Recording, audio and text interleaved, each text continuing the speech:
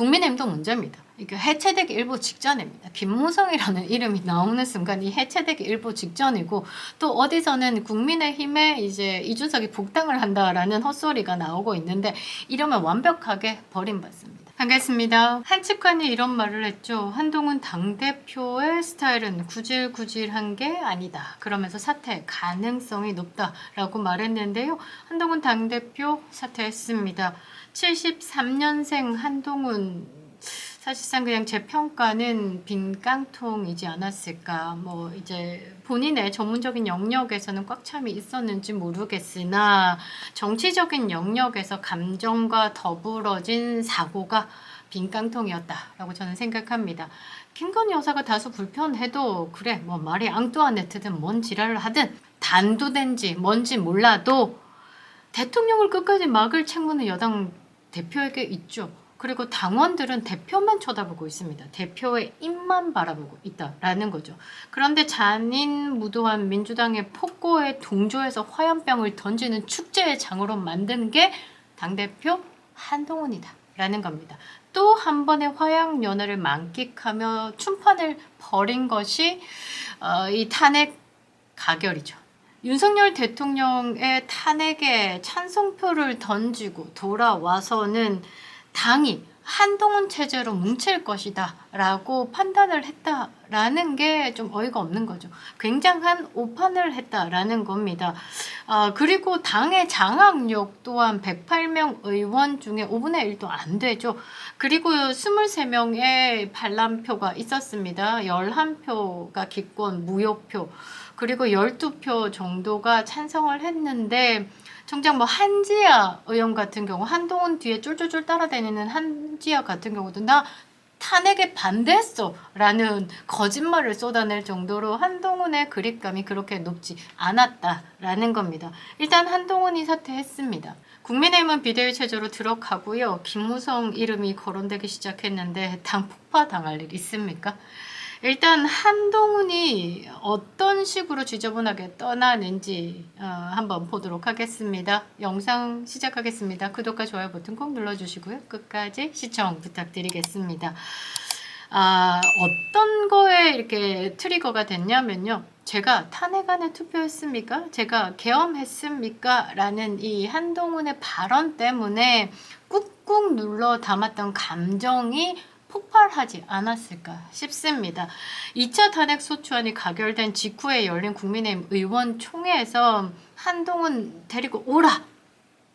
한동훈의 비서 박정아 의원이 아니 나는 못 데리러 오겠다. 모시러 못 가겠다. 당신밖에 갈 사람이 없다. 그럼 난 여기서 그 비서실장직 사퇴하겠다.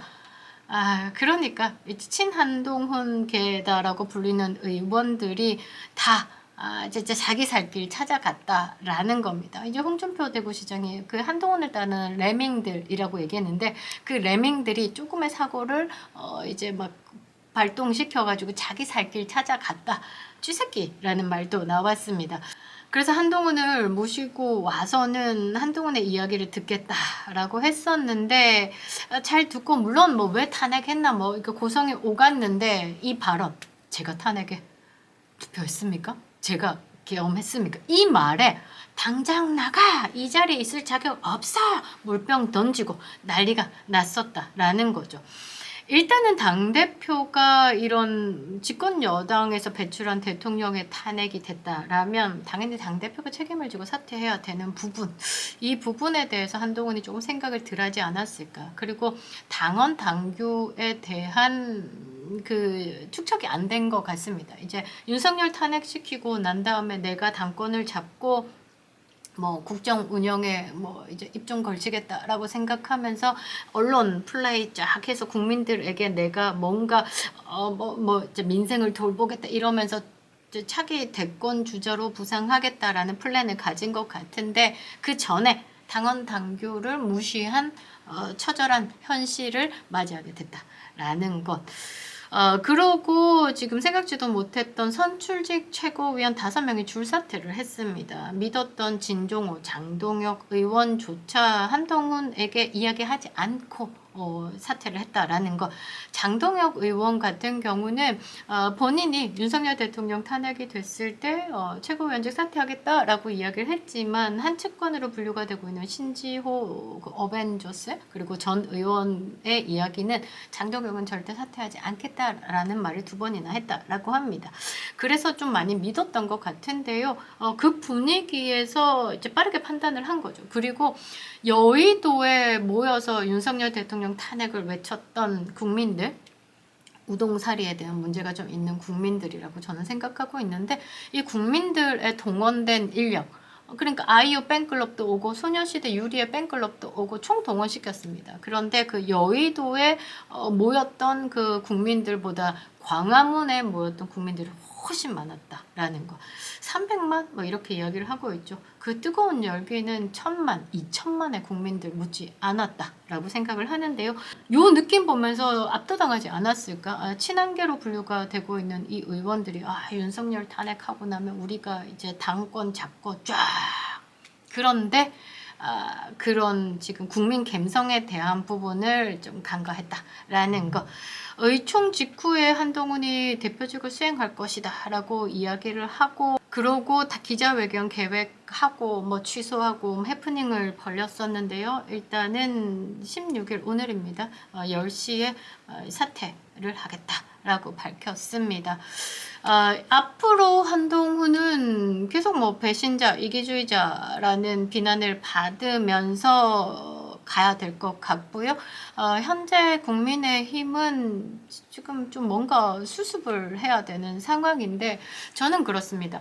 김유지 같은 경우도 사실 뭐 지역구를 따온 게 아니라 지역구 의원들이 잘해서 그래서 국민들의 지지를 받아서 비례 순번 안에 들어와서 비례를 단 겁니다. 그리고 2번을 다뤘죠. 용해인하고 똑같이 특혜는 다 얻어먹고 당론을 거스르고, 그런데 국민의힘에서는 본인을 제명해달라.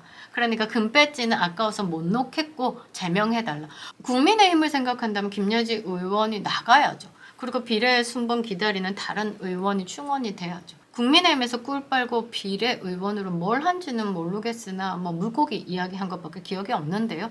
친한계로 남아있는 의원들은 이렇게 얘기합니다. 사고는 대통령이 쳤는데 책임은 당대표에게 뒤집어 씌우는 격이다. 이러면서 한동훈이 잘못한 게 없다면 당을 나갈 이유가 없다. 그냥 순순히 당하고 있을 수는 없다라고 이제 격한 감정을 드러냈었는데요.